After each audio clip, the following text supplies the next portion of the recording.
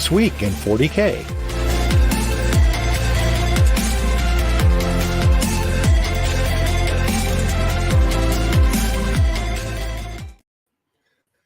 Good morning, everyone. Good afternoon, good evening, happy tomorrow, depending on what time zone you're in. This is your absolutely favorite morning show. I don't know if it's your favorite morning show, but here we are. It is the show about the Grimdark that is neither grim nor dark. This is your chance to learn everything you need to know about 40K this week in 60 minutes. Right, Billy? Absolutely comprehensive, well-prepared show we have going for you this week that I definitely didn't create the outline for at 11:45 because I forgot because I was having too much fun playing video games. Yeah, that sounds right. Yeah. That tracks. But we're going to do a great job anyways, Billy. My ability to provide quality content at procrastinating timeframes is one of the hallmarks of my life. Mm-hmm. I don't recommend it for other people, but I've managed to figure out a way to manage. I was reading a thing that ADHD, which, is a thing that I deal with, is really good at helping you wait till the last minute and then giving you the giant hit of adrenaline and stress to get it done at the last minute, which I think is great. That's just the way I live my life. This is what I do there. So, Billy, what's new with you? I see that you're back to your home studio, your home recording studio in San Francisco. Yes, the incredibly plush, 6 lateral square feet that I have for my nook in my home apartment here. Drove back on Sunday, and despite the fact that the world is trying to flood all of California, had a relatively easy and safe drive. But back home and actually going to be able to play 40K some this week, which, considering I talk about it once a week, is probably something that should happen. Yeah, how's life with you? It's good. I had a long vacation over the holiday, and I'm back at it now. Trying our end of year for my sales job is the end of this month, so I'm trying to get a couple more things in before the year wraps up. I'm playing starting to play 40K again. I took a little bit of a break for a few weeks to a month over the holidays, and I played yesterday. I played Ravenwing into Guard, which those are my 2 first armies. In fact, Ravenwing specifically is the first competitive 40K army I made. What a hoot that was to have land speeders and bikes running at Lehman Russ's. It was really just a hoot. So and then now I'm playing a Chaos army. Okay, that's just the joke that everyone was expecting me to make. Sorry. Yeah. Sorry. I was actually distracted by the fact that we have a semi-thriving chat going right now. DK wants us to have an AI chatbot make the outline next week. I'm going to do that, but then actually do it myself and just compare. I think that would be fun. Okay. And Fictitiously Famous, just one of my favorite authors ever. This is just a great quote. I love deadlines. I love the sound they make as they fly by. Mm-hmm. Douglas Adams. Yep. Yeah. And then Justin Reber, I think we're going to have time to talk about like actual lists we're thinking of in post-Ark or in Ark of Omens near the end of the show. So I would say hold for, you just have to wait and hang out with us for an hour. Right. And my change to that list was like 50 points from the time that I played it. It's the list. It's what it does. So we'll talk about that. And also there should be a bit up in the next few days of me doing the commentary of that game. Wonderful game. One of the best games of 40K I've played in a long time. So hopefully you guys get a chance to watch that and see some Dark Angels into some Guard. Okay. So that was fun. Mm-hmm. Let's move on with our top story. Okay. There we go. Our top story. Our top story is that friend of the podcast, Nicholas James, has gone 4-1 at an 18-person LVO prep event with Ultramarines. That's the top. No, it's not the top story, but we love Nicholas James because he watches us live every week, and we really appreciate him. So go check out that Burnaby Beatdown January 2023. It's on BCP. And you'll see what he did. I love that he's played Ultramarines. Excuse me. I wonder what Ultra Memes looks like in the future. With Ultramarines getting so many more models.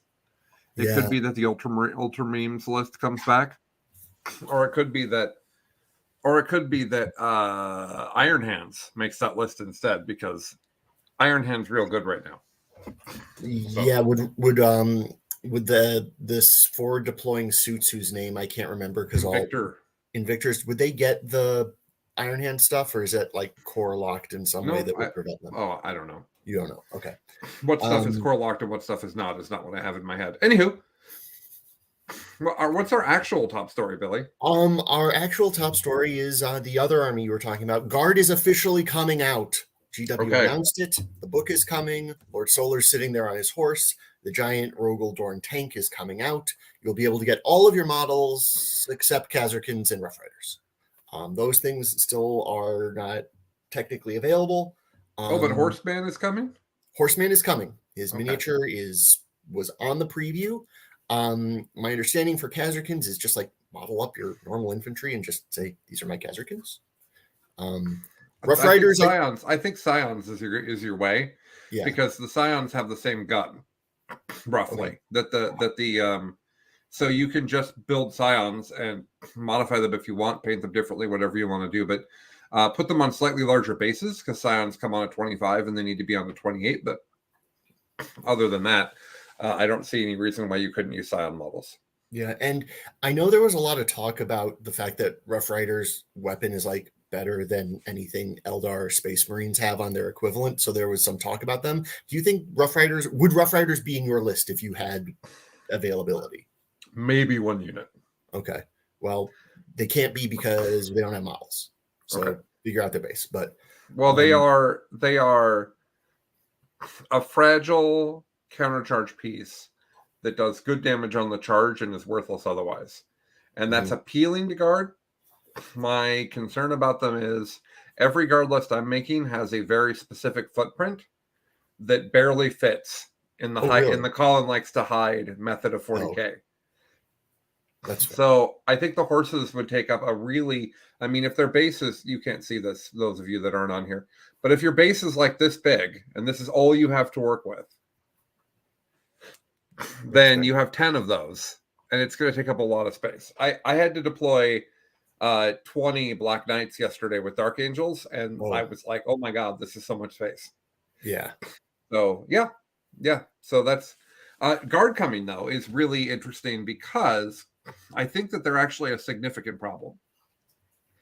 I think that they're going to win a lot. So we'll have to see that. Testing locally from my friend group has been hard because nobody wants to play against Guard. Just to give you an idea of what my friends are saying about it. I did play against it with Dark Angels yesterday, so you'll get to see that soon. But Guard's got to come out because we're coming down to the end of 9th edition.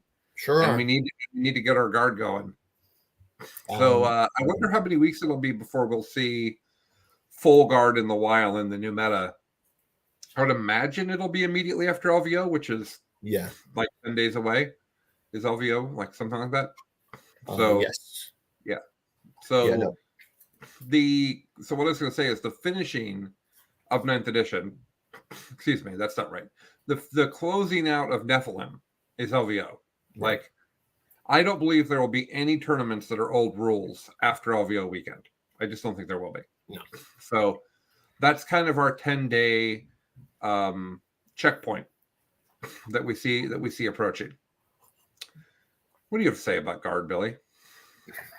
I completely agree that Guard into Nephilim would be a major problem. I think Ark of Omens is going to be a very, very different beast. And I am just genuinely curious. I have zero data, zero experience to back up any of this. This is just spitballing, but 2,000 points of Guard into 25 to 3,000 points of Space Marines. I think that's mostly what you're going to see in the meta going forward. And I'm not sure which one of those comes out on top. I think that's fair. I will tell you that the bit rep I'm putting up is not a blowout in either direction. Yeah. So if you're curious about Ravenwing into 9 Lehman Russes and 10 Bulgrin that scores secondaries like crazy, if you're curious about that matchup, that's the one that I'll be putting up shortly. It's a very meta list that everyone should prepare for. But no, like I think because Guard has been so inconsistent in what rules there are allowed to be, it's just been hard to get and model availability coming into some of that. It's been hard for there to be the meta guard list. But the other thing is, if Space Marines are good, 60% of the competitive meta can swap into their Space Marine army in a week. So that can do some interesting things to address a new alpha predator. When Space Marines are good, a huge percentage of the meta turns into Space Marines.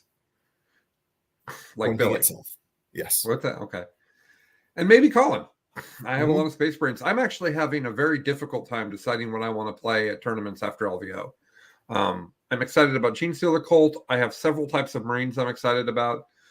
I need to go back and look at Ynnari again with the changes. There's a lot in my brain that I'm having a hard time sorting out and deciding what I want to do and what I don't want to do. Yeah. So it's been interesting. I do have, remember that we've talked about before, I have friends coming over on LVO weekend so we can play new 40K because we, for a variety of personal reasons, I'm not going to LVO.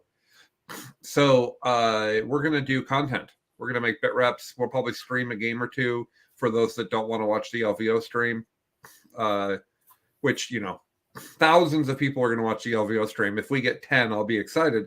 But I like to hang out with some friends while I play 40K, and sometimes virtual friends is really fun. So we'll be playing all new content. We'll have Michael Timpey here. Hank will be here. Chuck will be here. Zach will be here. So, like, some of the best players in our area, plus, of course, one of the best players from San Francisco. Sacramento, I think. No, not Sacramento. He lives in between those two things. Yeah. Anyways. Wine country. Yeah. So, yeah, that's what's going on. That's what's happening. Guard is coming. I think in the next probably 2 weeks from now, Billy and I will be able to talk about what's happening with Guard. Yeah. And just the rest of the meta in general. Because right now we're just in this really weird spot where the people who care about LVO are prepping for it. People who don't are twiddling their thumbs. And Guard isn't in any tournaments right now. The new Guard isn't in tournaments right now, for as far as we can tell. Right. And yet neither are New Point Marines. Right? Yeah. Okay. Here we go. What's new?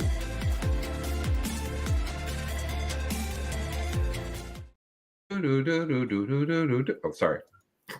Hi. To the 11 of you who are here with us live, I hope you boop your shoulders or some equivalent dance move to what Colin and I do during all of the transitions. It's great. It's perfect for 7 o'clock in the morning.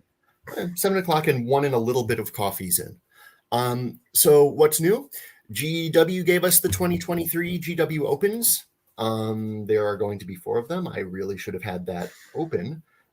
There is Kansas City, Tampa Bay, Tacoma, and Atlanta.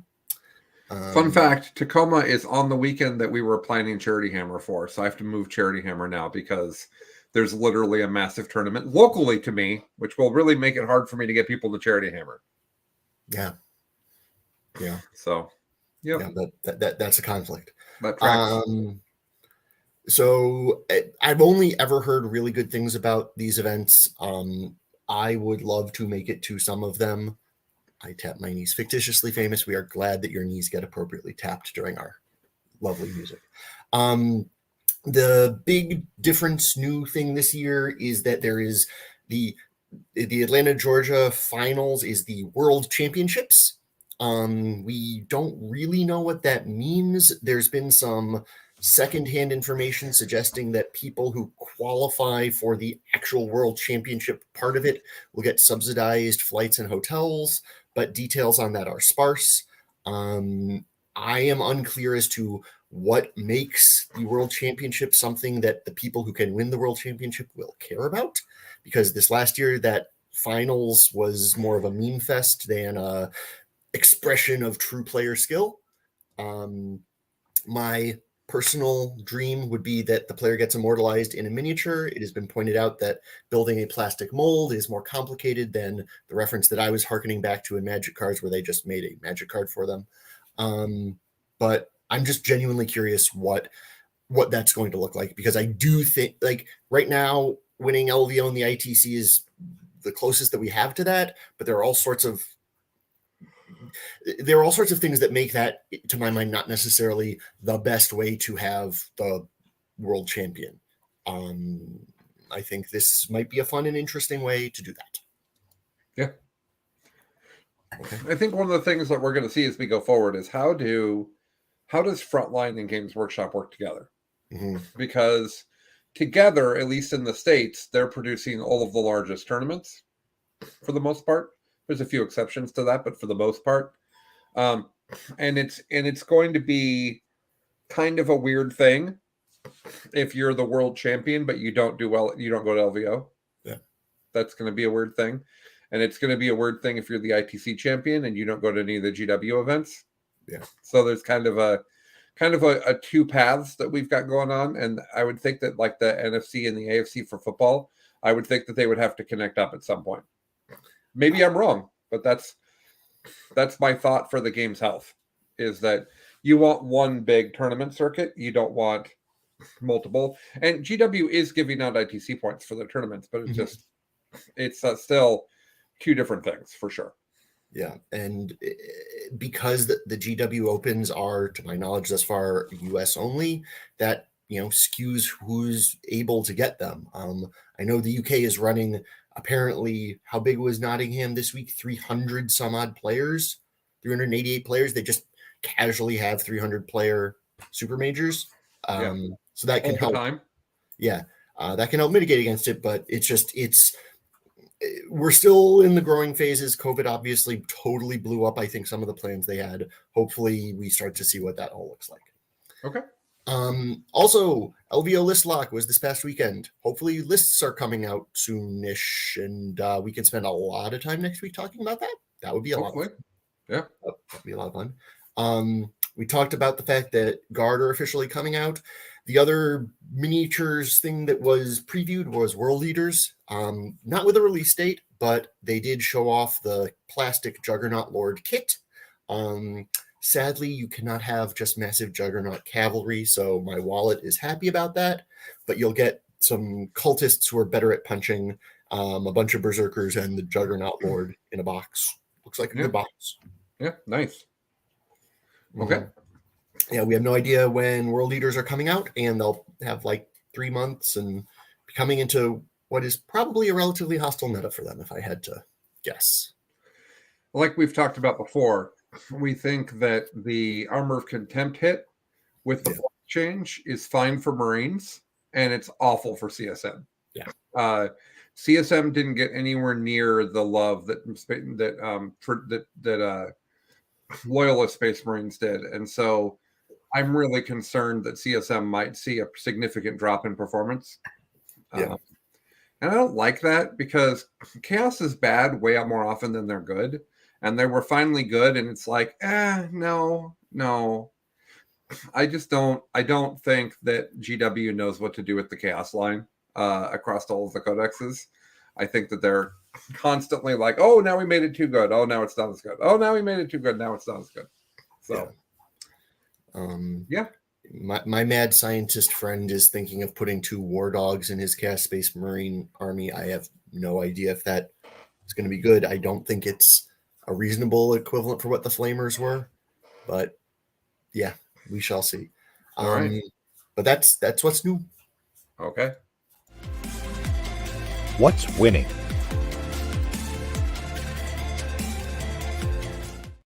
Old meta stuff. Old meta stuff is winning. So let's talk about old meta as we roll towards LVO. The lists I'm talking about could not be easier to talk about. The 388 person super major was definitely won by the things that are good. That is definitely what happened for it. 388 people in the UK. They are now doing tournaments of sizes and frequency that I think outpaces the United States. I'm interested if somebody had a metric on that. Maybe the stat check guys do. I don't know.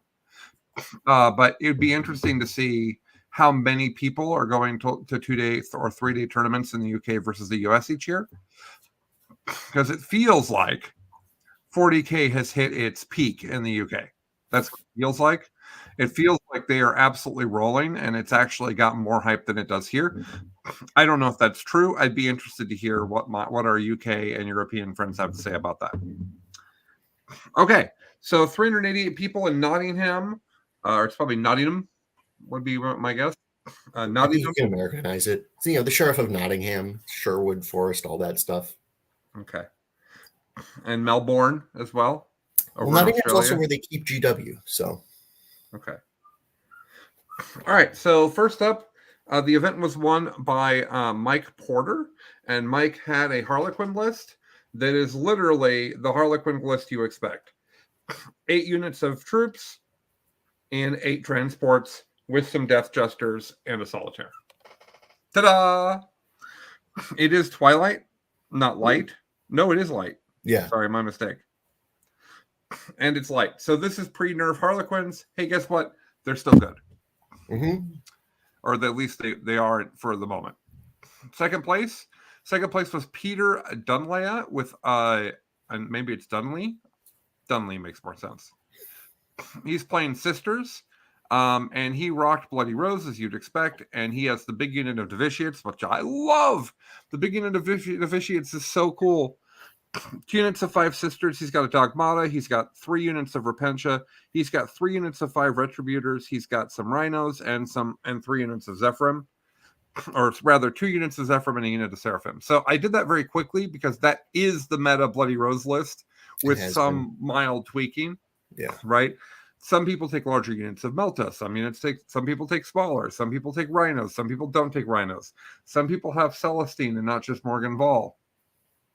So everybody's got Morgan Vol though. Yeah. She is real good. Mm-hmm. All right. So that was second place. Third place is James Marsden, who I think is the guy that plays Professor X in the new X-Men movies. He just wins a lot of GTs that we talk about. I think if we scroll back through our outline, he's got like 5 different GT wins. Oh, well, good for him. Yeah. He was playing Necrons, which is an army that I think drops off in a massive, like off of a cliff going into Ark. Yeah. They got more nerfed, and lots of other people that they're worried about got buffed. Yeah. Guard in particular are going to go through Necrons at a speed that is offensive. Like you'll line up with your Scorpex and your Silent King and your everything else, and the guard tanks will go, let's go, and go right through you. I could be completely wrong, but I will also tell you that the Ravenwing list I played yesterday is a massive problem for Necrons. Mm-hmm. So what if I could be in your deployment zone shooting you on the first turn? What would that do? With 3 damage plasma. Yes, which they don't want any part of. Okay, so this particular list has double Doom Scythe, which of course will be completely gone in a few weeks. It has 2 units of Tombblade, Ophidian Destroyers, Scorpec Destroyers, Silent King, Necrons. Mm-hmm. Okay. Fourth place is David Gaylord. David is someone who wins a lot of stuff, just like Mike Porter is. These are 4 recognizable names at the top of this event for sure. Yeah. David was playing Rubrics, and it's exactly what you expect. It's 6 units of Rubrics, 3 units of Flamers, and a unit of Terminators. That's very common. Sometimes you see Abaddon in there, but also he's not going to be in Thousand Sunless here in a couple weeks as well. No, but they really better fact how Abaddon works. No. Because he should be able to be in more than just Black Legion. Oh. He's wildly crazy. Only if they nerf him more than they did. Because I don't think that there should be a character that is an auto-include in almost every Chaos list. Across every book. Which is what he is right now. I'm surprised he's not in the Thousand Suns list. Because he's in like every Chaos army right now. I agree with all of your points. 2 counterpoints, because I think we have the time to make counterpoints on this show. Yeah. The first counterpoint is I love me some Hero Hammer, and I just think it's freaking sweet. 2, as we were talking about, Chaos Marine specifically probably got beat with the nerf bat a little hard, and in a lot of ways more tangentially than directly. I think having this point of power in their list would be something that could keep them in the middle A tier area, as opposed to falling off, and that's probably good for the health of the game. Maybe. I think you're right that it would help Chaos Space Marines, and we do need to consider that. My issue with that is that I literally don't think it's good for the game to have an auto include character in every faction list. It's the Agreed. equivalent of if the Emperor was a model, not the Emperor, that's too high, but humor me. Sure. Some giant space.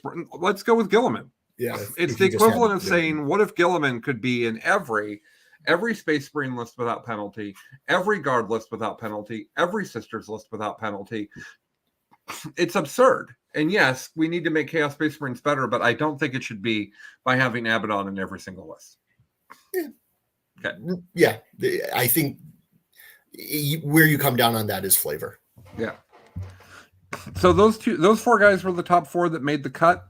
The other people that could have made it in were Felix Bartkowitz, Thomas Welsh, Samuel Smith, Ben Jones, which is the name of my youngest bio dad, Ennis Wilson, who of course we know on the show, Stephen Plattern.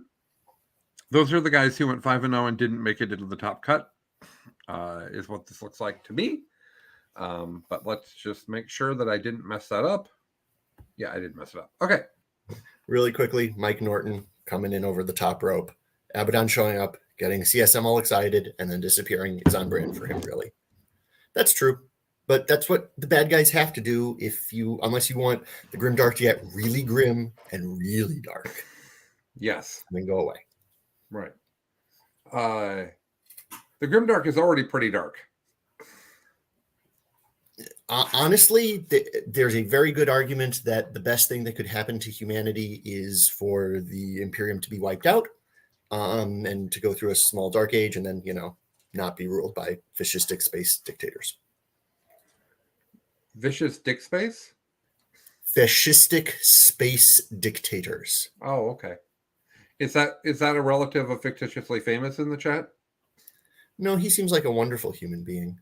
I don't think if the High Lords of Terra were made up of such wonderful humans as Fictitiously Famous, the Imperium would be in a better place. Okay. These are the sort of sentences that when I tell people who aren't in 40K that I do this show and they say, "Oh, I want to listen," I just think, please do, because we're wonderful people, but we speak a language that is different. Mm-hmm. Anyway. Yeah. Okay. I'm going to draw an analogy here. I'm watching Andor finally. I need to get around to do that. We're taking it Star Wars here, guys, for a second. I'm a huge Star Wars fan. Behind me is a stack of Star Wars Legos I found in storage that I'm selling on eBay. So really, really huge Star Wars fan. There's a bunch of Darth Vaders behind me. There's a Jawa behind me. And I'm watching Andor, and what I'm realizing is, in A New Hope, Darth Vader the Empire blows up Alderaan. Sorry, spoilers. Blows up Alderaan with the Death Star, right? Mm-hmm. And without that moment, there's no actual justification that they're evil other than kidnapping Princess Leia. They kill Uncle Owen and Aunt Beru. Oh, that's sure. Sure they do. So there's a couple moments that are like, hey, you need to know these are bad guys. But yeah, you're right. And I think it's really interesting how in Andor is basically a series going in depth of how awful the Empire is. Mm-hmm. And it makes a much more real connection to the Empire being a bad guy than it does otherwise. And here's how I'm going to connect that to 40K. For those of us, so there's way too much lore in 40K. There's no easy way for someone like me who has serious attention span problems. There's videos on YouTube and stuff. I could dive in, but it's difficult to know about the story. And when we say that it's grim, I think there's a lot of players who don't realize how evil everyone is. Yeah. Because the evil that we get is like, oh, well, they killed everybody. They killed Cadia. Well, okay. All we hear about that is jokes. Yeah. Right. So, yeah. Okay. Sirs, I'm Chaos and Xenos. Don't put me there. I don't know what that means, fictitiously famous. I was saying if Fictitiously Famous were a High Lord of Terra, and he's saying he does not play the space fascist factions. He plays the nominal bad guys and the nominal, we can't really figure out how to properly place these guys on the D&D chart guys. Yeah, I agree. Okay, shall we move on? Oh no, move on to other tournaments rather. Yeah, you got the team tournament that I didn't realize was a team tournament. Yeah, Coliseum Murciano in Spain, 96 players, 16 teams. I will admit that I did not find good coverage for this. I'm sure it exists, and we should have reached out to a friend that is in Spain, in that part of the world. I do not know what team won that. I do not know who performed well at that. So we will just say team events are amazing. Good job on Spain for running a team event. I'm sorry that I don't know who won. I bet they have names that are very appropriate to that area, because it seems like people don't travel in to Spain as much for tournaments, but they seem to have a really thriving 40K community. So Yeah. Congrats, Spain, on running an awesome event. We're sorry that we can't cover the people that won, but I'm sure they're wonderful and amazing human beings. Said with grace and dignity. Yep. And, tournament number 3. Take it, Billy. All right. As longtime listeners of this show know, we are big fans of the amazing place names. And so we have the Dutch Masters DTC 40K finale in Amersfoort, Netherlands. And so names aren't quite as good as Amersfoort, but I am a big fan of anything that lets me talk about that sort of stuff. This was won by, how many total players? I have this written down. 72 players in Amersfoort, which, if I can make a joke at the expense of the Netherlands, is a sizable portion of the population of that country. It was won by Christian Domberg playing Greater Thurian League Votan. So not the Emirs, the ones that have the named character. I think they do some stuff with grudge tokens, oath tokens. What are the grudge tokens, right? That's the thing that you get 3 of? Yeah. Yeah, and they kill you.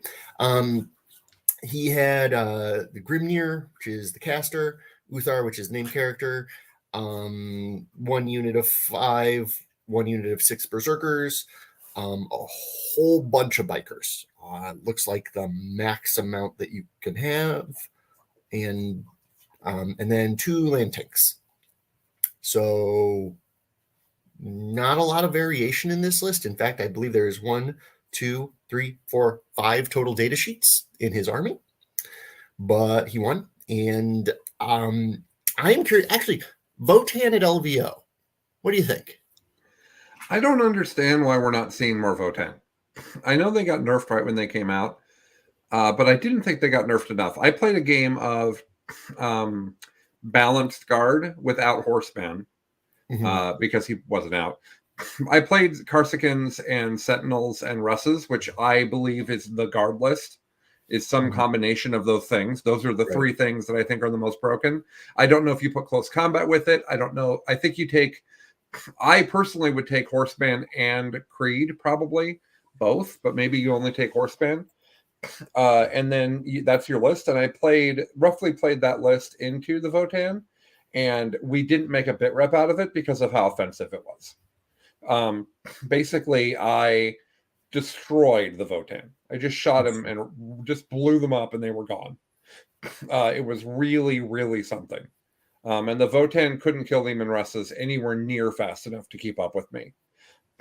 So I think that was an interesting thing, but that's also new guard against Votan. That's not anything they're going to run into at LVO, but it does make me worried that they got nerfed too far. Yeah. That our new dwarf friends that I think everybody would like to see on the table, because they've got cool models, and I haven't played against them in tournament. I would like to. So I think that I don't think I know what Votan's going to do at LVO. I think that it's not going to make the top 16, top 8, whatever. Well, that's interesting. Yeah, just unless players are switching, I don't think they're switching onto it. So maybe they're good, but it's been out for a while, and we're just not seeing it. Like, it's doing okay. It's just not doing amazing. Yeah. Well, spoiler. I haven't looked at the win rate for it. I haven't looked at the win percentage for it. Maybe I'm completely wrong. Yeah. And the next list that I'm going to talk about, that was second place, Justin Jansen, also Votan, also Greater Thurian League. And what does he do differently? Basically nothing. He changes the amount of berserkers that were in each berserker squad. But otherwise, it's Grimnar Uthar, berserkers, bikes, 2 land tanks. Okay. On Stat Check, which if you guys don't know about Stat Check, it's a great show that goes way in depth into win percentages of things, which is part of why we don't do that. They rank the factions based on a weighted based on the player skill of piloting them. Mm-hmm. I don't know how real this is, but they've put a lot of thought into it, and it seems really cool. They have Votan in 7th place. Chaos, then Harlequins, then Sisters, Eldari, Chaos Demons, Tyranids, then Leagues of Votan. Is what they have right now. Obviously, that changes a lot soon. So if they are actually 7th, I would expect some people to go undefeated at the start of LVO with them, at least one person. Yeah, I think my sense is they got nerfed enough that the top players didn't want to hobby and learn a completely new army. Like they have their relatively broken Nephilim stuff that they're just going to stick with. And that seems to be the general conversational sense I'm getting for what is heading into LVO. Could be. Yeah. All right. 3rd place is Rob Goosens. He had Necrons. He do anything interesting with his Necron list? He's the more Scarabs and Wraiths kind of Necrons. No planes, no Catan. So just Necrons. They're fun. I'm glad Necrons got to have their time. But to Colin's point, their time is probably over. I think so too. Yeah. Oh wait, that was to Colin's point. So then it was clear that it was already clear that you were agreed with me. You're allowed to change your mind within the space of 2 minutes, or to disagree with you. I did not. Fun lawyer thing. And I definitely haven't changed my mind on planes or Abaddon. No, well, on planes can get thrown into the sun, and I'm glad that they are at least on that trajectory. Fun lawyer thing. There's this thing called arguing in the alternative, where in court you just make 2 completely separate and distinct arguments and say you can believe this or you can believe this, either one, and there's no overlap. Either one of them, I win. It's fun. Lawyers are weird. 4th place, Dick Vanderharst. Thank you, Dick, for giving me the first truly Dutch name in here. Dick has been in the Discord for a long time. Dick is a friend. Is he? Yeah. Oh, Dick, congrats. I've talked to Dick multiple times. He is a fantastic person. I enjoy his personality very much. Dick, you did Necrons and lots of Scarab Swarms and Tomb Blades. Okay. Again, no planes, no Catan, some destroyers. This is just board control out the wazoo. 4th place, congrats, Dick. And then 5th place, Thomas Beckers. He brought Knight Renegades. Abaddon walking his dogs. But Abaddon walking his dogs with some demons, 1 change caster, 10 demonettes, 12 flamers. It's. I am genuinely looking forward to looking at a list and being like, I don't know what this does. Let's talk about it. But we don't have that for the next 2 weeks. Next, we have New Year's Knockout 2023 in Shawnee, Kansas, which was 52 players, won by Dan Salmons, a name that has been mentioned regularly. This was some form of guard. What's the best way to tell? I mean, this has Lord Solar in it. This has Lord Solar's in it. Certainly new guard. Yeah, this has Khazarkins, 2 tank commanders, 3 Khazarkins, 2 tank commanders, 6 more Lehman Russes, 2 scout sentinels. This sounds like your list that you're talking about. Sort of. Okay. I think six sentinels is the way. Okay. Because the sentinels get benefit of both. Just as a small tangent, sentinels get benefit of both mechanized orders and troop orders. They can have either. Sentinels can get the full reroll from the Solar. Yeah. And Sentinels also can use the banner of ignore everything. So you can give Sentinels heavy plasma. You can tell them to reroll 1s or reroll everything if you'd like. And then you can just shoot people and ignore wound gating and ignore penalties and just DAC it down the field. Real good. And Sentinels are a surprising amount of durability for their points as well. And they're just massively undercosted is really what the problem is. Apparently it is 40 points for a Scout Sentinel with a plasma cannon. That's right. Yeah, that sounds right. And also ignoring wound gating, remember folks going forward is also going to ignore minus to damage. Yep. Because they just decided that For 35 points, you can have a Bullgrin, or for 40 points. Yeah. One thing that I'm not seeing in Dan's list is any mortars. So this is all just direct fire. Yeah, that's right. Are there not going to be mortars, do you not think? The problem is that at least in old detachments, you only get 3 heavy support. I think you can have 6 in the new Ark detachment, so maybe that fixes it. You can if you do the just heavy.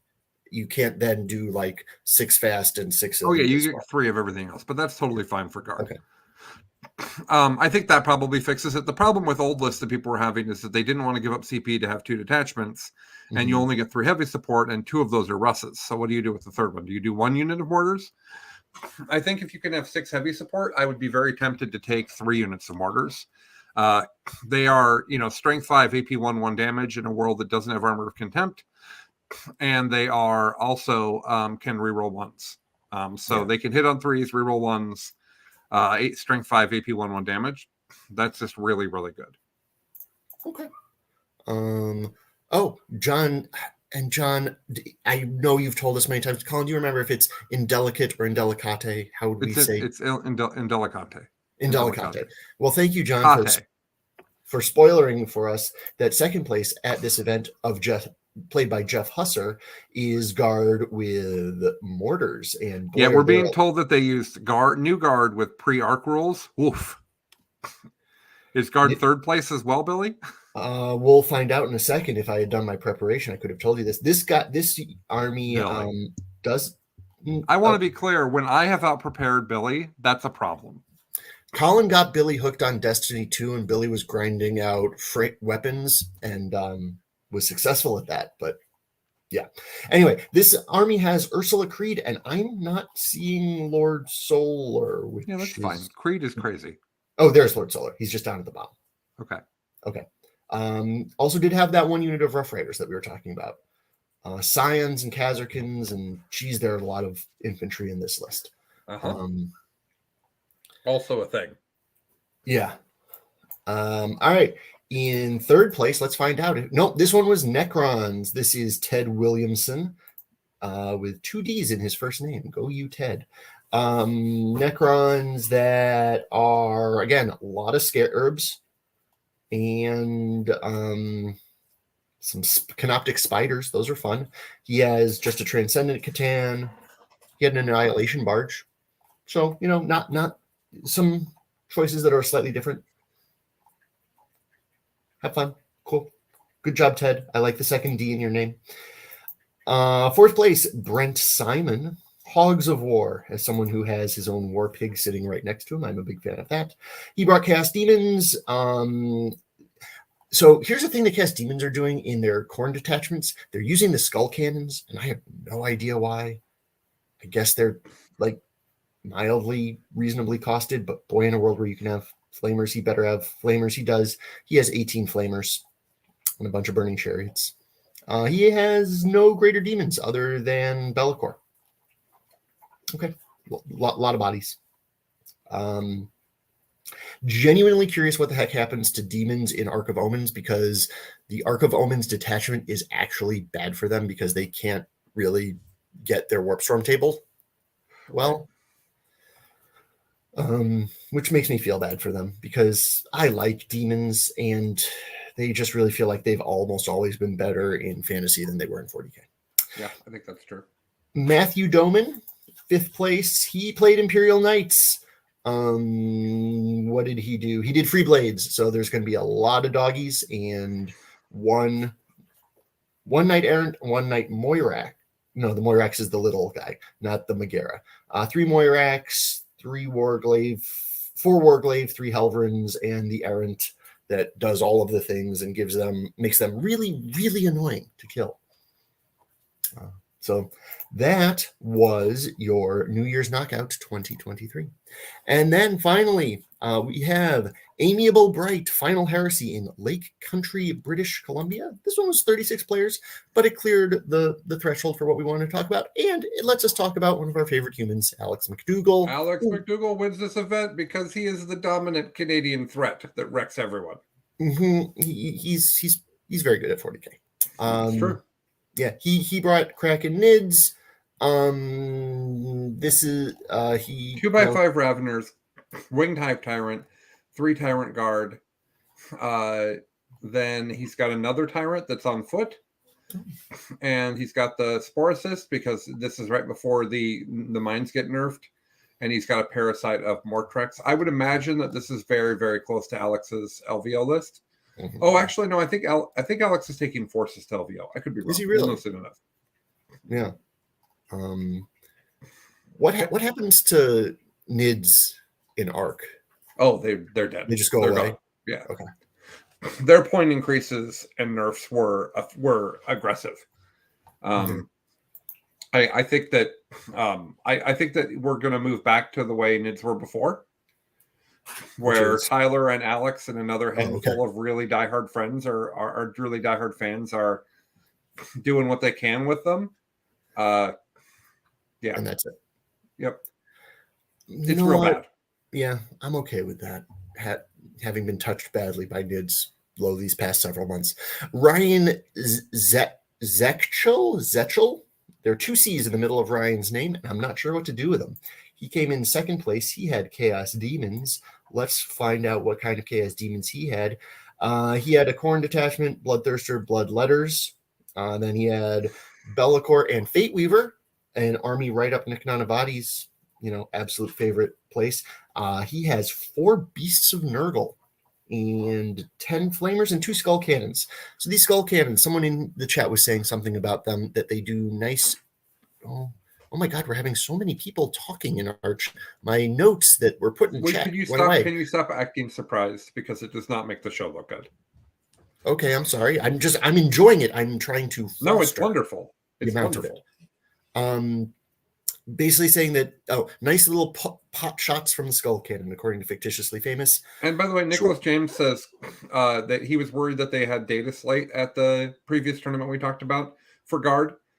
So like the tanks would have Armor of Contempt. No. He said briefly had full efficiency mortars flash before my eyes. Oh, Nicholas James. Yeah. The banner just does that. Yeah. Like you just get to shoot mortars at no penalty. That's just how it works. Yeah. I like better than no penalties, like no penalties. Okay. Yeah, that seems fine. Marshall Reeves, third place. Sisters, I bet you he played a Doc Bloody Rose list. No, Bloody Rose. He has an Immolator and he's got 3 Paragon suits, but other than that, it's pretty standard. Do you want to just do the rest of these? I'm just looking at the list because you haven't looked at them yet. I'm trying to be efficient. Ooh, fair enough. But can we talk about Scott DeWinter Wilkie? And who is an incredible human. I've played him before. Yeah, I played against his orcs with Gene Steeler Cold at a tournament in Spokane. And I did not play. I had not played against orcs with my GSC enough. And he had a lot of planes, and the planes had a lot of shots. And it was bad. Okay. He did something very different this time. He played World Eaters. I know. It's super cool. So sorry. He's got 3 units of Berserk. So Lord and Terminator Armor, Dark Apostle. 3 units of Berserkers, which are 8s, because he is a man who knows what's up. Terminators, this looks like this is a 10. It is. Red Butchers. Master of Executions. He has a Chaos Land Raider. He has a single Vindicator, 2 Obliterators, and 2 Rhinos. That's actually 3 Obliterators, I think. No, it's 2. You're right. 90 points apiece. Yeah, you're right. Yeah. Obliterator's so bad. Sorry, Scott. So bad. Yeah, wonderful models. But managed to come in 4th place. Bunch of 80-point wins. So Scott, good on you. Finally, we have Kyle Wright of the Mad Lads. He brought Iron Hands. This is another army that probably is going to be a lot better in a month. Ooh, he brought the Vindicare Assassin because he likes missing shots. Librarian, Chaplain, Chapter Master.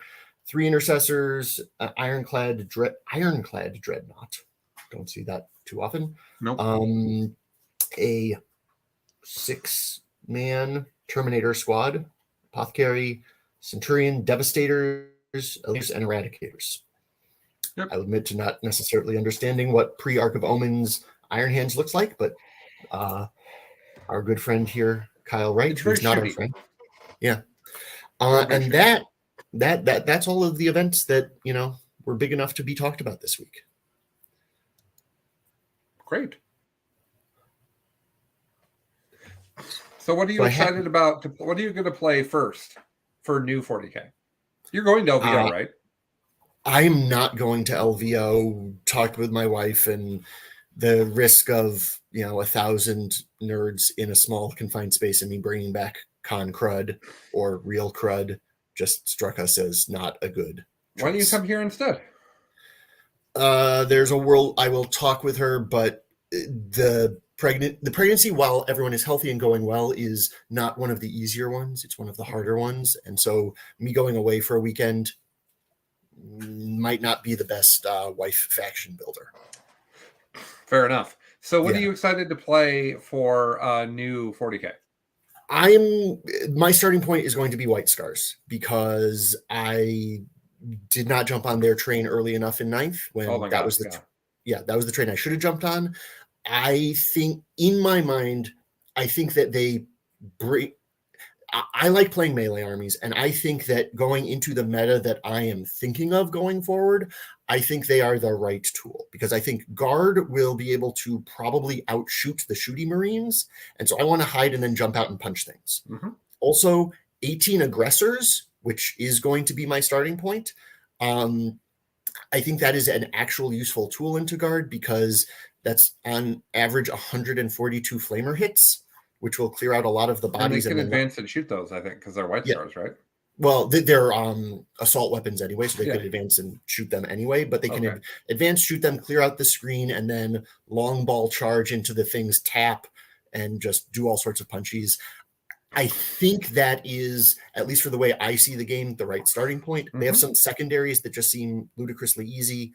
I am going to be starting with the Devastator Rhino as opposed to Plasma Inceptors, because it just strikes me that I have things that Plasma Inceptors don't necessarily kill the things that I'm scared of in the way that the Devastators do. And so I want to be a little bit more skewed in what my damage profiles are. Okay. And you? I'll probably play... I want to put Iron Hands on the table, but talking to some friends, it sounds like what people are doing with Iron Hands is they're taking all the different Primaris tanks, and I just don't have those. They're taking the Gladiator, and they're taking like several other things whose names I'm just like, I might have to go find out what that is, because there's just so many Space Marine things. I looked at one of them. The new Primaris tank with the good laser destroyer gun is 120 points for like a T8 tank with a D3 plus 3 gun. It was shockingly cheap for what you got on it. And randomly, if you made it be Black Templars, it could get a free multi-melta and an invuln save. Right. So I am going to try some White Scars. I'm going to play them next. Mm-hmm. I played White Scars at the beginning of 9th edition. I won 2 tournaments with them. I played John Lennon's exact White Scar list at that time, and he won on the East Coast, and I won on the West Coast. Yes. Basically how that happened. At that time, it was 1 million Vanguard vets with Lightning Claw Storm Shield, and then Blade Guard. And then Plasma Inceptors. I don't think we'll see the same thing now. No. I know that 18 aggressors is very appealing because they shoot and punch. So, it's a lot of flamer hits. So I'm going to try some White Scars. I got to be honest, I had a really amazing time playing Ravenwing yesterday. And I'm only 2 models to hobby up and paint, really, to make that happen. I do need to rebase some bikes, because I guess all the bikes are on bigger bases now. I'm not going to play Ultramarines. I've had enough time playing Ultramarines. They're just not interesting enough for me. They're just a gun math problem, which I'm good at, but it bores me quickly. Gun math problem, what I mean by that is it's an army that wins by efficiency, and so it's all about being efficient with your shooting. and that's how you win. I've done that a lot. I'm really good at that. It bores me after a tournament. So White Scars for sure, Ravenwing for sure. I love my Gene Stealer cult list, my mech Gene Stealer cult list, and I'm also going to pick up some bikes and try what Tyler Bortel's been doing, which is basically 84 20s of neophytes and 30 bikes. And that's, I think that's amazing. I think, Scott, if you've been a fan of the show very long, you know that I do yell con loudly when playing White Scars, because that's just the way it is. I hope he hasn't been pointed up or something. I hope that no, he's been pointed down. He's not now 100 points flat. Oh, he's real good. Yeah. So that for sure. I don't know what I'm going to do with Eldar. Like, I got this weekend coming up, and I want to play a bunch of different armies, and I just don't know what I want to do with Eldar. I've played a lot of Yunari to the point where I'm not super excited to go play more Yunari. It's not that I don't love it. It's just that I get distracted, and I want to do other things. I think that Yunari's D-cannons are going to be incredible in the new meta, because D-cannons are going to be good against Guard. They're going to be good against Marines. Yeah. Like, they're just good. I wish they had a banner of ignoring penalties, but the D-cannons are going to be really good. I think that the Harlequin troops are not as good as they were. I am much more worried about the 5-up invul than Billy is. I'm actually sort of just off Yunari as a place that is making my brain light up. In Eldar, back to Hail? Nah. No? Hail's certainly better with Armor of Contempt gone. Yeah. That's my thinking, is that like the math problem that made Hail bad is now much less of a math problem. That's true. I could try some Hail. And like with no Armor of Contempt, and with the Ark of Omens detachments, they will just go through Marine bodies. Okay. Well, I'll tell you what. I'll play that. I'll play it at my LVO prep weekend, or my LVO my not LVO event weekend. Yeah. What is, so you keep talking about Gene Stealer cult. Is that Gene Stealer cult army you described good into Ark of Omens meta or Nephilim? Because everything you're describing feels to me like Nephilim, not Ark. Just yes. Okay. I think that the 420s of Neos also has acolytes in the list. So it scores secondaries like insane. And then the 20s of Neos pop down and shoot the crap out of things. And you get to do that 4 times. They don't need buffs when they come in, so you can do 2 or 3 of them at a time. Ain't no thing. You just need to make sure that there's a crossfire token on the thing you're shooting at. And that's where the bikes come in. Well, no, it's just, I mean, there's lots of ways to get a crossfire token on something. The bikes is certainly a way. And then the thing about the bikes is they're quite durable for their points. They're very, very fast. They do a little bit of damage. They do some damage. So what you can do is you can, on the first turn of the game, run them up and hold your opponent's army in place, as an example.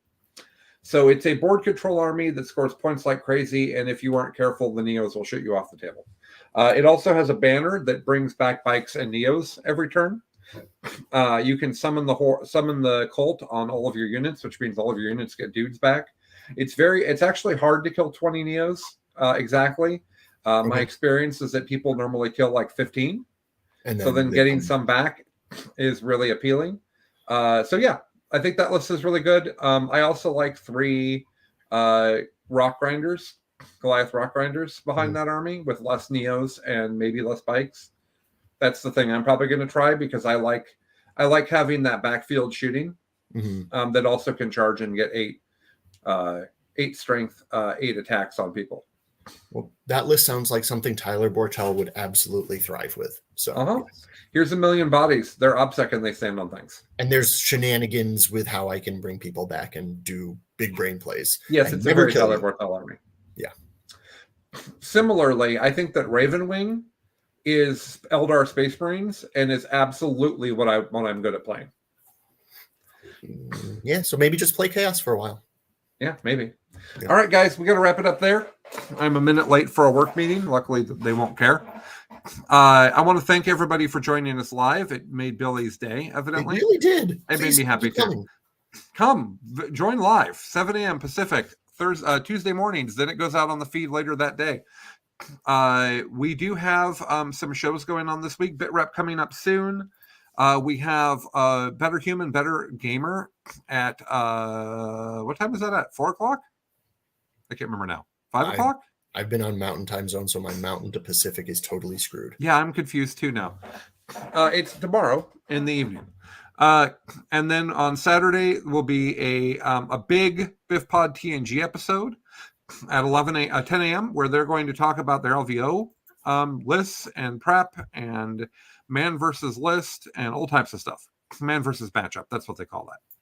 5 p.m. PST, Chris says. Show's at 5 o'clock. Mm-hmm. And then on Sunday, we'll have the Biff Pod OG return at 9 a.m.